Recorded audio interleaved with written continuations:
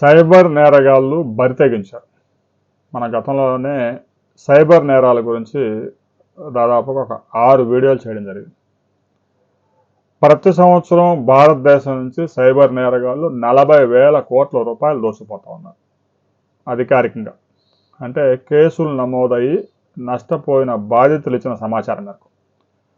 ఇక పోయిన డబ్బు ఎలాగో పోయింది, ఇక మళ్ళీ పోలీస్ స్టేషన్లకి సైబర్ నేరాలు 1935కి ఈ నెంబర్లకి కాల్ చేయకుండా వదిలేసిన వాళ్ళు చాలామంది ఉంటారు. 2016 నుంచి ఇప్పటి వరకు భారతదేశం నుంచి దాదాపుగా 4 లక్షల కోట్ల రూపాయలు అధికారికంగానే సైబర్ నేరస్తులు దోచుకుపోయారు.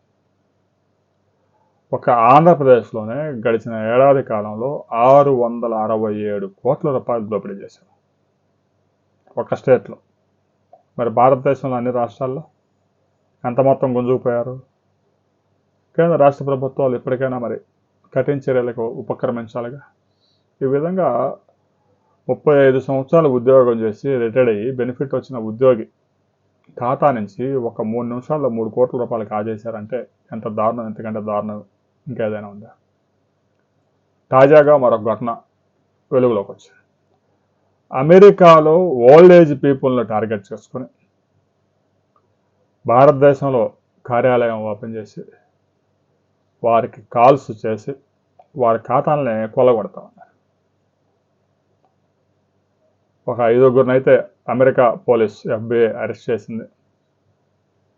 ఓల్డ్ ఏజ్ పీపుల్నే టార్గెట్ చేసుకుని వారి యొక్క సమాచారం మొత్తం ముందే సేకరించి వాళ్ళకి కాల్ చేసి APK ఫైల్స్ పంపించి వారి ఖాతాలన్నీ కొల్లగొడతా ఉన్నారు.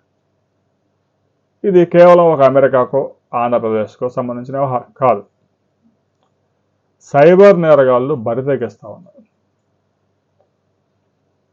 ఐటీలో మంచి పరిజ్ఞానం సాధించిన వారితో పాటుగా పెద్దగా చదువులేని వాళ్ళు కూడా ఈ సైబర్ మోసాలకు పాల్పడుతూ ఉన్నారు. సైబర్ నేరాలు అదుపు చేసేందుకు ప్రపంచ దేశాలన్నీ కలిసికట్టుగా గనక నిర్ణయం తీసుకొని ఒకరికి ఒకరు సహకరించుకొని ఈ సైబర్ నేరగాళ్ళని కనుక అదుపు చేయకపోతే ప్రస్తుతం పర్సనల్ ఖాతాలు ఖాళీ అవుతూ ఉన్నాయి. రాబోయే రోజుల్లో బ్యాంకులనే లూటీ చేసే అవకాశం ఉంది. ఆర్థిక వ్యవస్థను కుదేలు చేసే ప్రమాదం. ఇంత దారుణమైన వ్యవహారాలు జరుగుతున్నా కూడా కేంద్ర రాష్ట్ర ప్రభుత్వాలు నిమ్మక నీరెత్తినట్టు వ్యవహరిస్తూ ఉన్నాయి.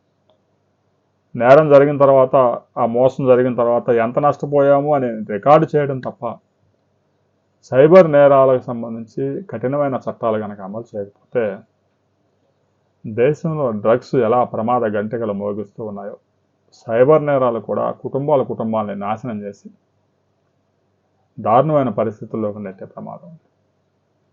దీనికి సంబంధించి ప్రతి ఒక్కరూ కామెంట్ చేయండి. సైబర్ నేరానికి, సైబర్ మోసాలకి మీరు ఎప్పుడైనా బలయ్యారా లేదా అనే విషయాన్ని కామెంట్ చేయండి.